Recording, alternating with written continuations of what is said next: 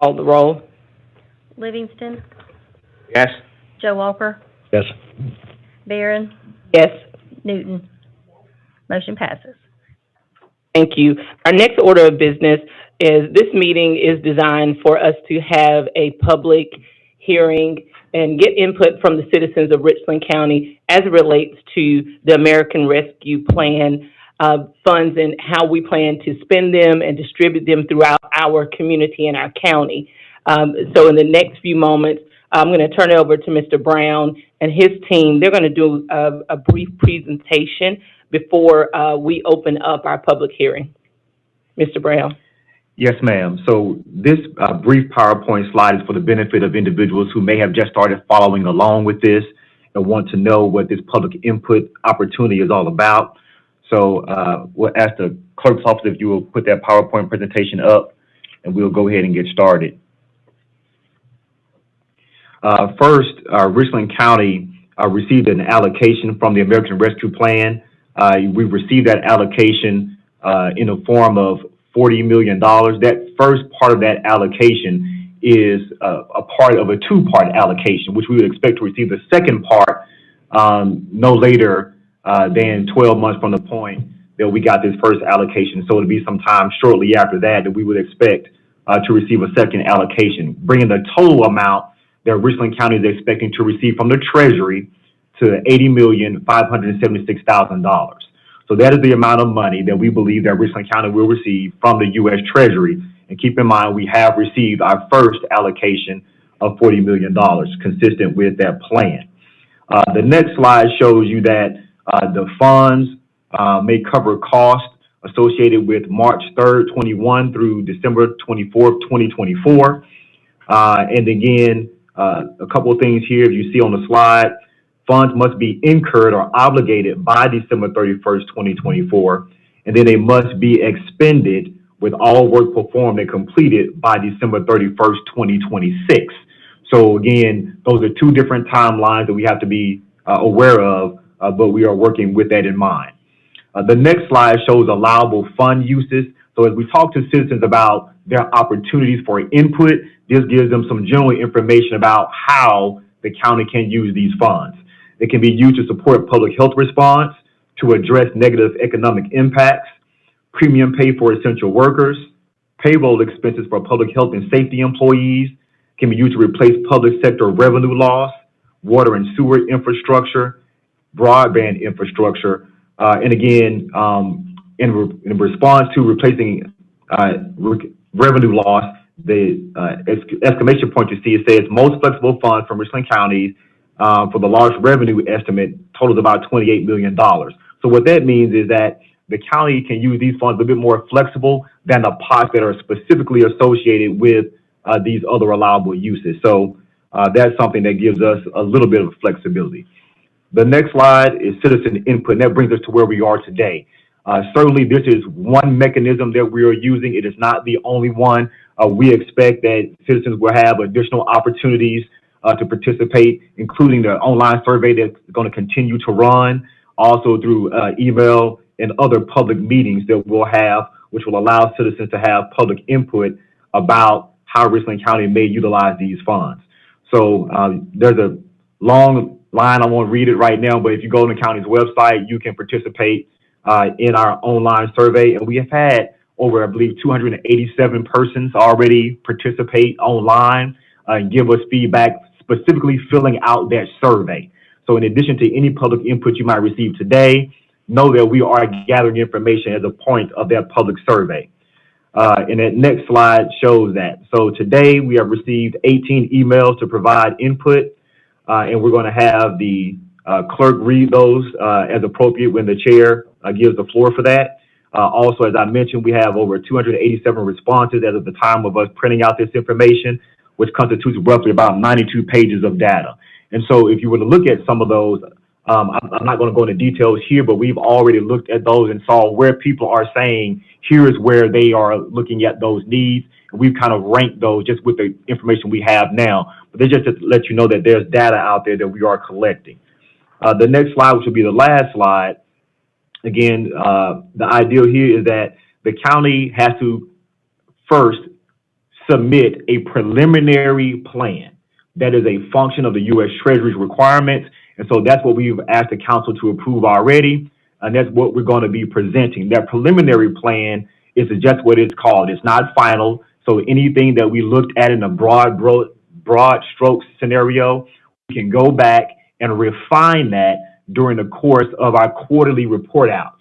That includes information that we receive from the council. That includes public input that you may want to utilize.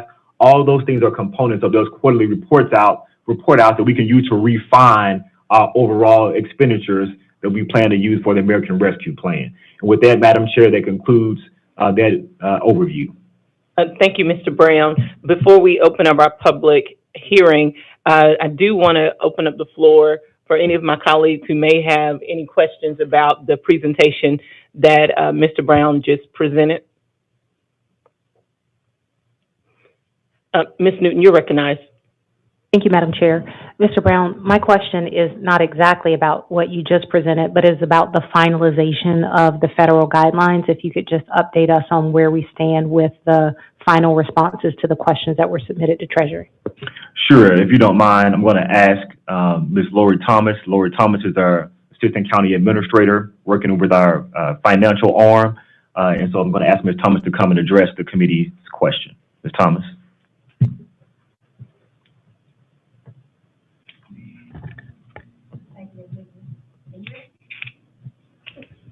Can you hear me now? Thank you very much. The final questions were allowed into Treasury on Friday, the 16th. I expect it'll take another 2 weeks to 3 weeks for them to actually compile all those questions. There was an update that came out from Treasury on Thursday, but that was only through earlier in the time period. My guess is that we really won't have the final rules until sometime July 31st or first part of August. Thank you. Any further questions? So given that, Mr. Brown, I do want to have you address two questions for me, and that is the preliminary plan. When is that due? The preliminary plan had to be submitted by August 31st of this year. Thank you. And then for those citizens who are interested in receiving funds or participating in this hearing today, can you speak a little bit about the qualifications of nonprofits when it comes to making application for these funds? So in terms of nonprofits, really what the criteria focus on are still the broad strokes that we looked at here in Treasury guidance, but they really focus on how these funds can be used to address negative impacts, specifically due to COVID. And they begin to break those down. So any nonprofits or organizations who are going to spend these funds are going to have to be able to show how they were negatively impacted as a result of COVID-19 and how these funds will be used to address that negative impact. So we believe that we have currently identified some organizations who already were receiving funding or scheduled to receive funding from Richland County where that applies. And so any future organizations that the council chooses to allow in that mechanism, they would have the same criteria that they have to meet.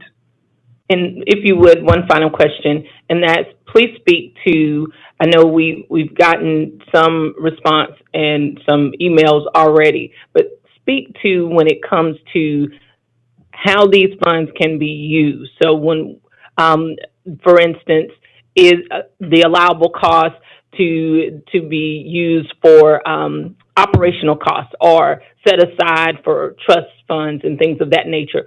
Talk a little bit about that, if you will, please. Yeah, so a little bit about that. There's certainly, it's very important that everybody understands or tries to, that these funds are going to be dictated, their use largely by the U.S. Treasury.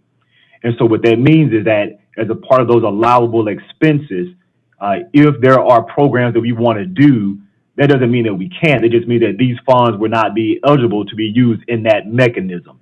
So there may be some things that folks will come to us with good ideas that they believe are applicable, but as we look at Treasury guidance, they may come to find out that those funds cannot be used in that manner.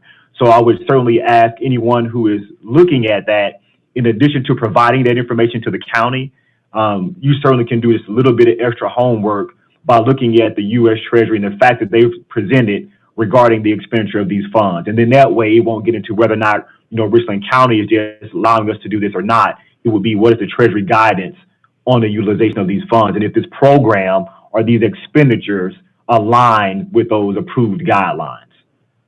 Thank you. I'd like to recommend to you and your team, if it's possible, to create some quick fact sheet that we can put on our website so that individuals who are interested in making application for these funds, that they know exactly what is expected and what is allowable, what isn't allowable, so that any citizens that decide that they want to apply, they're not spinning their wheels and wasting time by submitting an application that we would not even consider for funding. Is that possible, sir? It definitely is possible, and I think the first thing, Chair Barron, is that the council will have to make a determination that as a part of its American Rescue Plan, that it will be distributing funds to nonprofits as a part of that. And that's something that we kind of have in general considered in the plan, but there has to be a deciding factor that the body will ultimately have to decide before we actually do that.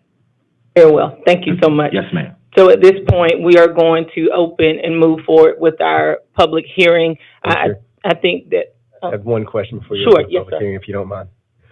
Thank you. Just want to go on the record. Where can constituents and citizens go and see the preliminary plan as it evolves, as well as any iterations to follow, and ultimately follow the progress through to the final plan?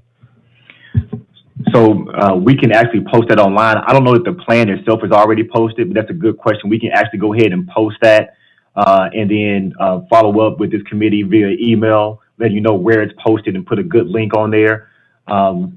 It would have been in the council's packet, but I don't know if the community sees that or not, but that plan was submitted to the committee and then to council as well. Thank you. It'd be my strong recommendation that we post it somewhere with public access for the constituents' sake. Thank you. Thank you, Mr. Walker. That's an excellent point.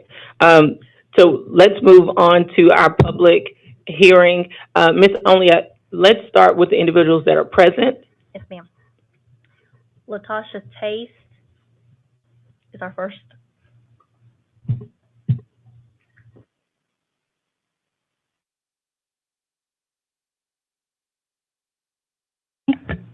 Oh, there we are. Ooh, it's kind of loud.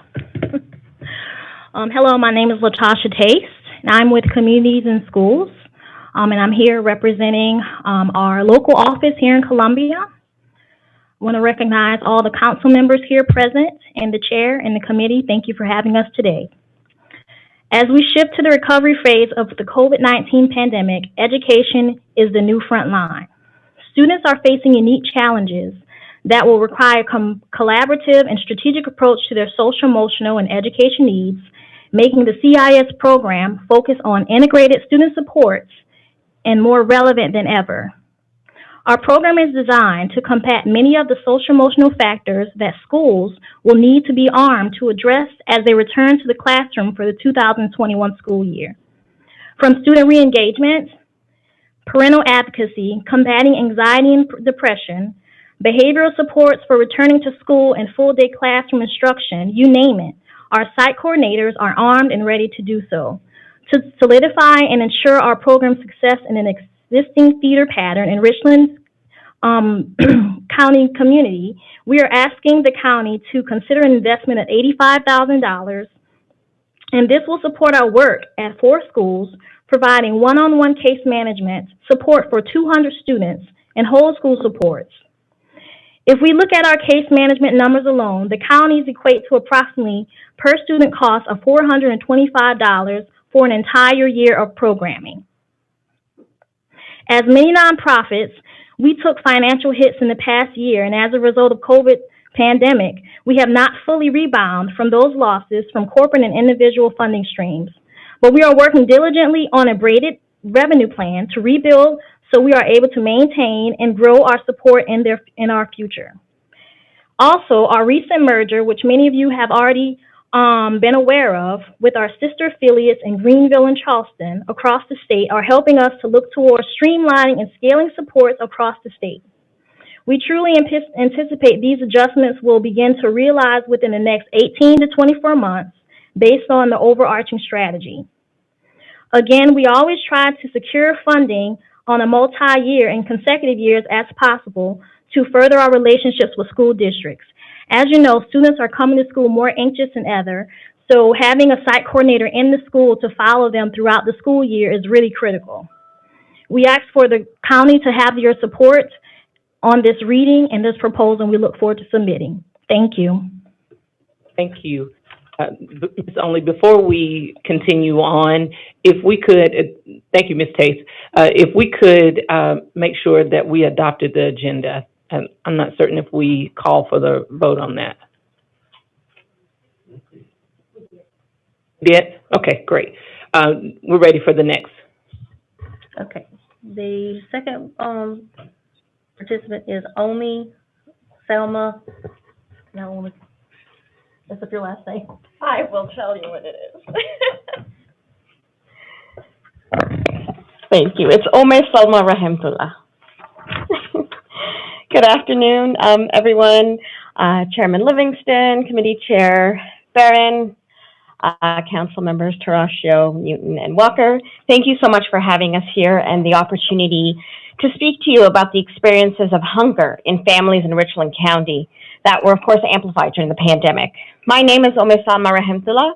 I am the Director of Policy and Advocacy for Food Share South Carolina, and I'm joined today with a colleague, Gordon Schell, who's the Associate Director of Food Share.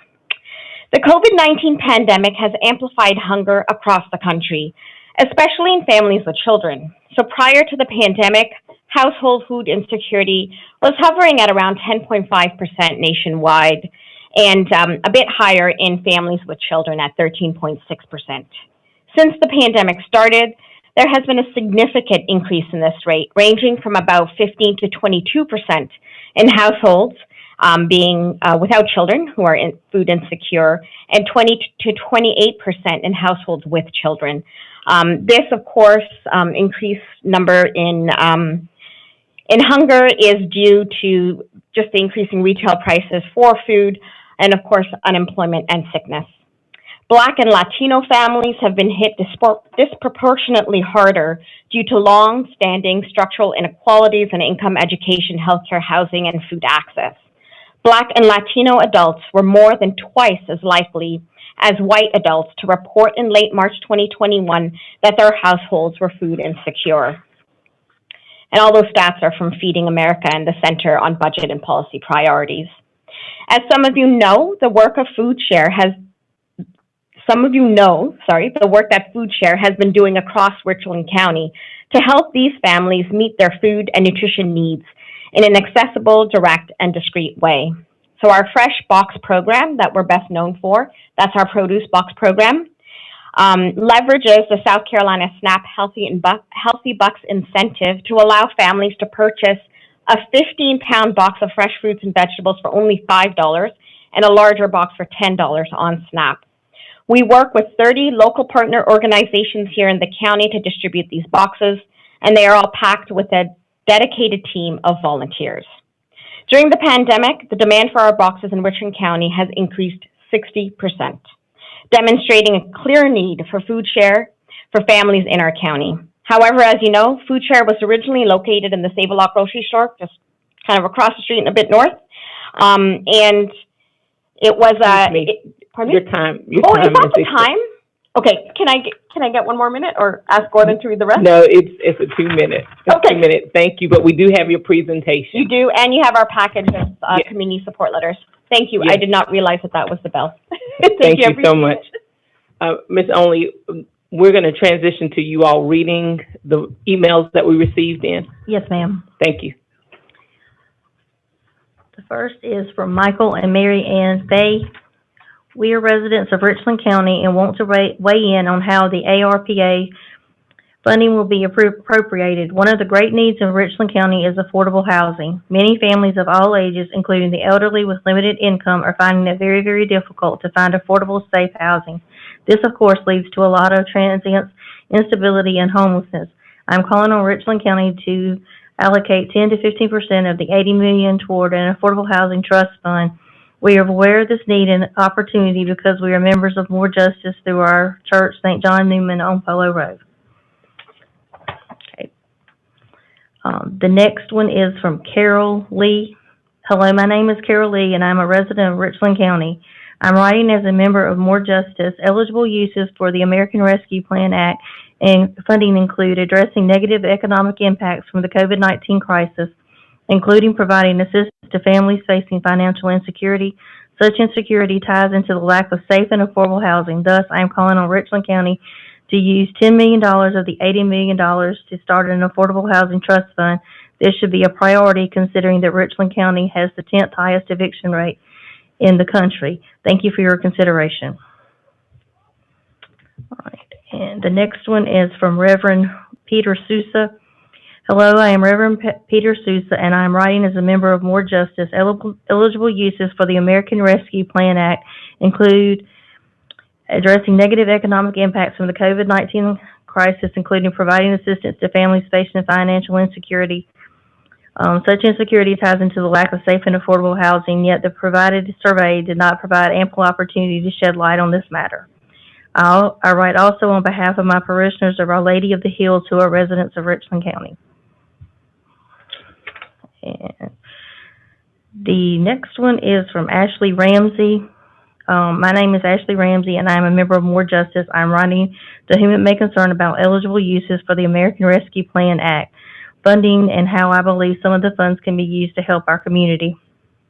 Affordable housing has been an issue in our community for a while, and the negative economic impacts from the COVID-19 crisis only made it worse.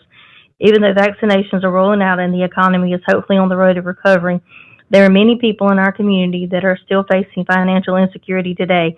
This should be a priority considering that Richland County has the 10th highest eviction rate in the country. Such financial insecurity ties into the lack of safe and affordable housing. I hope you consider funding an affordable housing trust fund to help thousands of people in our community have a safe place to call home. All right. The next one is from Rowena Nyland. I'm an elder at Shandon Presbyterian Church and a member of More Justice. As you know, the nation has a significant lack of safe, affordable housing, and Richland County is not an exception.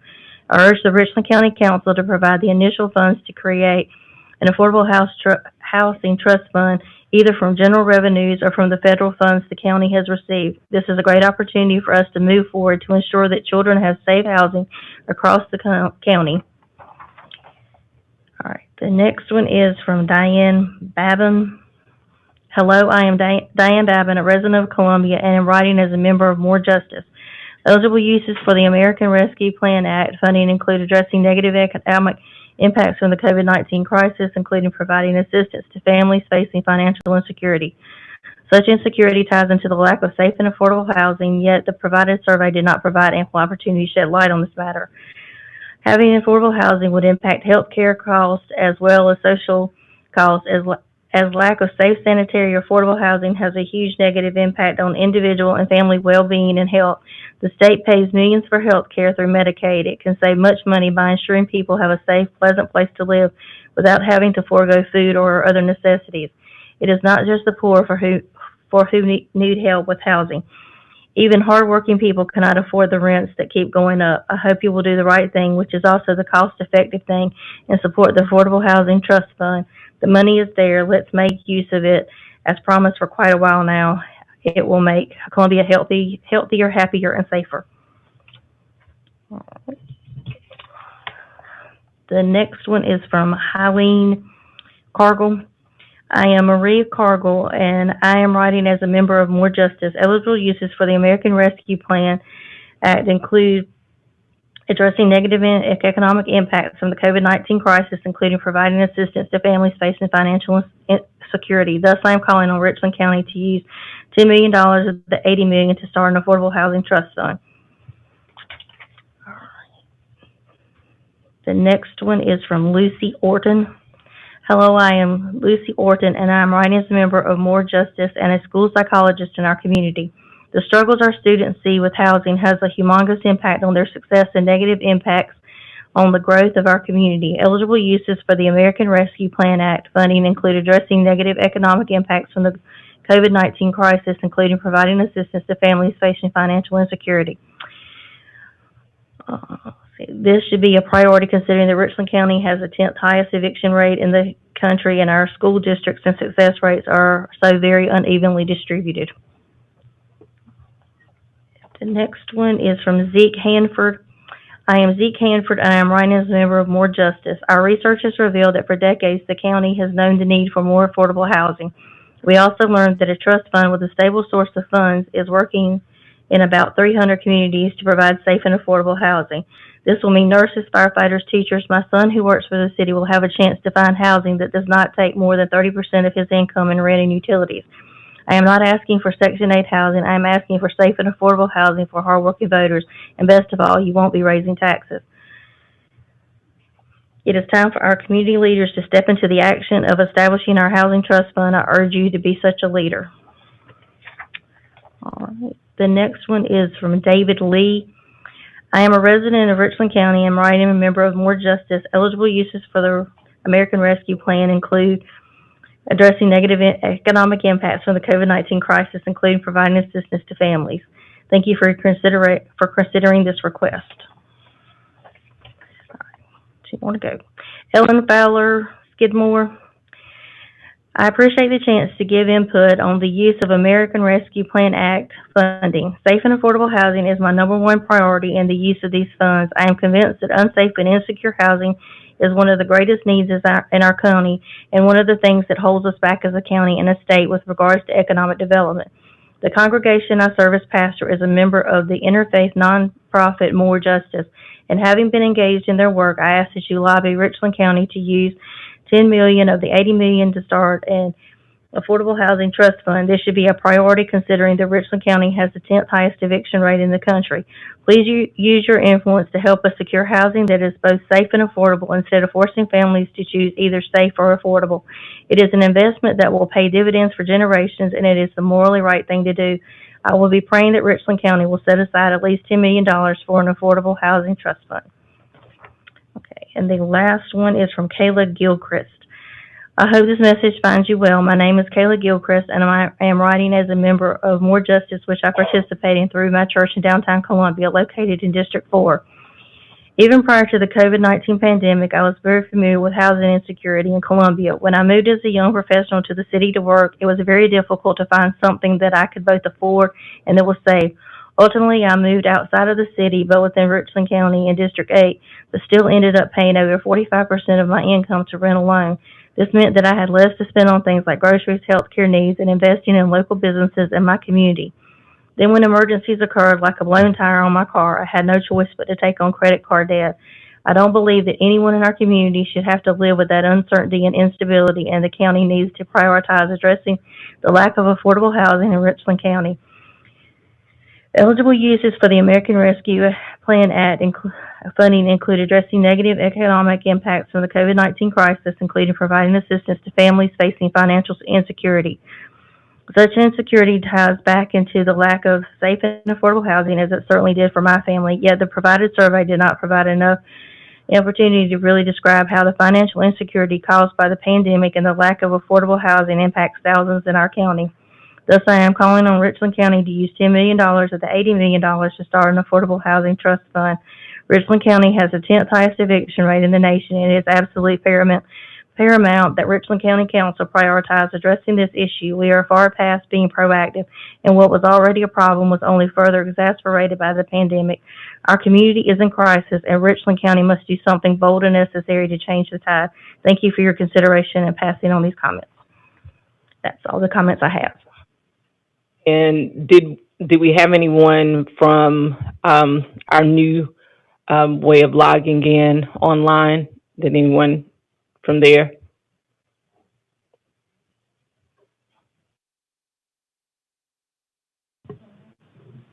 I don't think we did, Okay. Madam Chair. We'll check again right now. I want to make sure that anyone who would like will have the opportunity to share at this time. While you all are checking, we definitely hear the spirit of this public hearing today, and that is the importance of affordable housing. And we believe that that is indeed a priority here in Richland County. And as all of these items that we addressed today, at some point, they're all priorities, whether it's our children being negatively impacted by COVID or food insecurities. Those are all issues that we believe are priorities and that they are needing to be addressed. The biggest issue here is that we want to make sure that we have allowable costs. There's allowable costs that, and these funds can be expended for those particular items. We have anyone? Anyone, Michelle? Okay, and so I was going to ask Mr. Brown, is there anything further you would like to ask before we close this hearing? I don't want to ask anything. Or say. And I see Mr. Livingston had his finger up. Do you want me to just stop for a moment? Yes, please, Mr. Livingston, be interested. Yeah, one point Mr. Brown made earlier about a decision from this council as to whether or not we're going to provide funding opportunities for nonprofits. And I think if we're going to do that, then we need to make a recommendation to council or to get that done. Try to do so. I do so.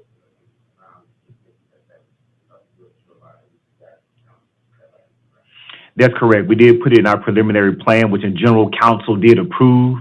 But specifically, I just want to make it clear that we don't want anybody to walk out thinking, send us applications now because council has said we're going to give you money if you qualify under the American Rescue Plan. I don't think that is what has been necessarily voted on.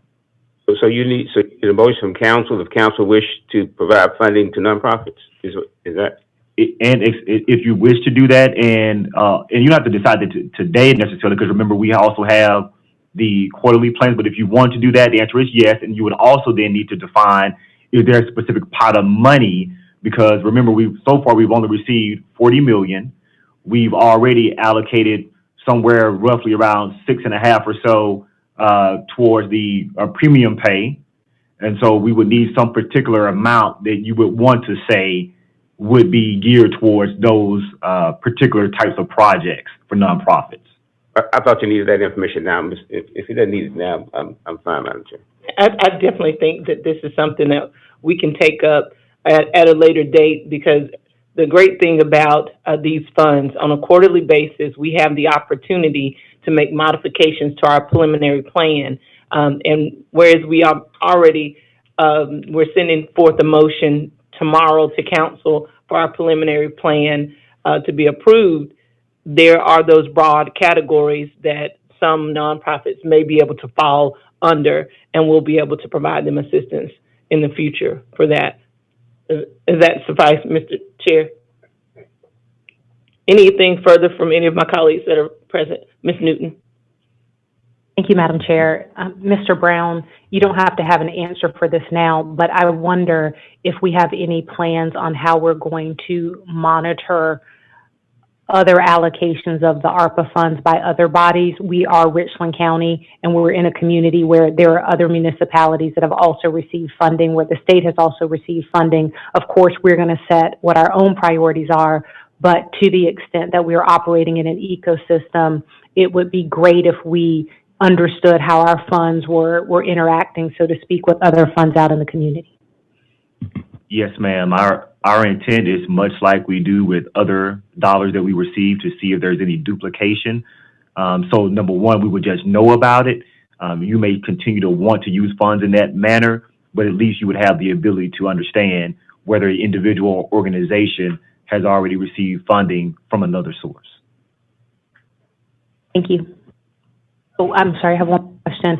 And some of it might be repeating the information about the survey, but for the benefit of anyone listening, can we share again how citizens can continue to share their input about these funds, and what, if any, additional public hearings we'll be having? So a couple of ways. You can go online to the county's website, and I believe it is on our homepage, where you can look at and participate in the American Rescue Plan survey that the county has put on the website. You can also email the clerk's office your emails related to information that you want to share concerning your request that the council consider for the American Rescue Plan dollars. You may also sign up to participate in our public input opportunities that we're having now, as well as in general, like you could normally with council meetings as well. So members have, or citizens have, all those opportunities. In terms of the additional dates for public input, we have not finalized all the additional dates because we expect that some of those would include in-person settings that may be within your districts. So those things have not been finalized with members of the body who may have that interest. But in the meantime, these will be opportunities that we have. And then I believe we talked about at the end of August, we would do a summation of what we have received so far, and then look to do another public input setting similar to this, separate and apart from whatever is done in the districts. Thank you, Madam Chair. Anything else from council members? One quick comment. I was reminded from Mr. Joe Walker's email today, referenced the state funding regarding the America's funds. And let's continue to make sure we do whatever we can do to access any possible funding we can access from the state. I think it's extremely important to, beyond our direct allocation. Yes, sir. And so, Mr. Brown, before I turn it over to you once again, I do want to let the citizens know that we are, Mr. Brown and Ms. Thomas and I, we've had a conversation about engaging in allowing citizens to participate in a committee. It's very similar to what we did in the past with the Blue Ribbon Committee, which will allow a broad array of individuals to gather around around the table to address how we plan to continue to spend these funds. Whereas we know that this body and council will definitely lend an ear and give input. We want to hear from the citizens. And so as we move forward, that will be something further that we will have for the citizens to participate in. I also would like to encourage those of you that are watching either on YouTube or will see later that the county is fully functional and we're open. And so with these meetings, you're welcome to come in and provide your input. And because we want to hear from you, and ultimately we want to do what's in the best interest of the citizens here in Richland County. Mr. Brown, I'm sorry, Ms. Only, did you have something else to come in? Yes, ma'am. We had a few other comments come in. Okay, we'll allow for that. Let's see, the first one is from Allie Felshaw. Says, as I am a taxpayer, do not think Richland County should take the taxpayers' money as it does not need it. Funding for health care, including COVID-19 mitigation efforts such as vaccination and testing programs, support for exacerbated behavioral health needs, and payroll for public health and safety personnel. Addressing negative economic impacts from the COVID-19 crisis, including providing assistance to families facing financial insecurity, supporting small businesses, accelerating the recovery of local tourism, and rehiring public sector staff, replacing lost public sector revenue, investing in water, sewer, and broadband infrastructure. All right, and then the next one is from Maureen Gable. Good morning. My hopes are you are doing well. I was happy to see an article which indicated you were looking for suggestions about an upcoming multi-million-dollar COVID relief payment. My suggestion is to invest heavily into the hemp industry. It involves high overturn, is versatile, renewable, good for the environment, and would create a ton of jobs. Employees should receive a very generous health care package, offer to pay all their dependents basic medical, and citizens would line up to throw themselves into this highly lucrative market. Kia Smith is the next one. I read an article that discussed that Richland County was trying to find ways to spend the COVID relief funds. I think that we should use some of the funds for small business startups, educational resources for students, and community spaces for children like parks and gyms. Okay, the next one is from Rita Hamilton. I know there are several things the funds can be used for and needed. The pandemic has affected all of our government agencies, private sectors, families, workforce, and loss of lives. Being a disabled person, my suggestion is to help more of the disabled persons. Food stamps are being cut back to original amounts, and that takes a chunk out of my assistance. Knowing this was a temporary addition, still I feel the governor should have let it stand longer. The pandemic is still here, not just only in South Carolina. We still are affected, and we don't know how long, with other strands affecting us. We need the funds to continue to assist, especially the elderly, disabled, and widowed. A one-time disabled payment of $600 would help with food, utilities, debts, and other needed expenses. Some of us have to pay co-pays for doctor's visits. People are affected differently. I was medically taken out of work due to a medical condition, have had several operations, and I am divorced. It's not easy taking care of a home and trying to make ends meet. Social Security disability can prove the disabled state. I am 62 years old. Thank you. Michelle Mitchum is the next one. Our organization is interested in knowing how to request funds through your recent request for public comment on how to spend Richland County ARPA funds. We would like to seek funds from Richland County's ARPA to offer our free health programs in Richland County. We have found that there have been a decline of people going out to get regular checkups during the pandemic. Our programs are not designed to take the place of physician checkups, but as a bridge between doctor visits to balance access to health care and continue health education. What is the process to make such a request for funds to serve Richland County? And that's the last one. Thank you, Ms. Only. Mr. Brown, anything yes, further? In listening to some of the public input that we received, while this is not a definitive answer, so they can know if they're listening right now, one of the things I'll be looking at along with my team is one of the distinctions that we mentioned in terms of timeline is that funds must be expended with all work performed and completed by December 31st, 2026. So anything that was going to require an investment is something we're going to have to look to see if Treasury guidance would allow that, because that would not, I don't know if they can be considered expending funds or not. So, but that's a good question that we'll look into after hearing some of the public comments today. Thank you, Madam Chair. Thank you. Yes, Ms. Newton. Last question. Quick clarifying question, Mr. Brown, just so that I'm straight. So I think you said that funds had to be expended by 2026. So maybe you can help me. I'm looking at page 38 of the frequently asked questions that were distributed to us. And it says the interim final rule requires that costs be incurred by December 31st, 2024. What's the difference between that and then what you're saying with the 2026 for my information? So the incurred means obligated. Okay, thank you. Any further questions for Mr. Brown? If not, the next item on our agenda is for adjournment. Second. Ms. Only, if you will, call the roll. Livingston, Yes? Joe Walker, Yes. Barron, Yes. Newton. Yes. Motion passes. Thank you, everyone. Have a good afternoon.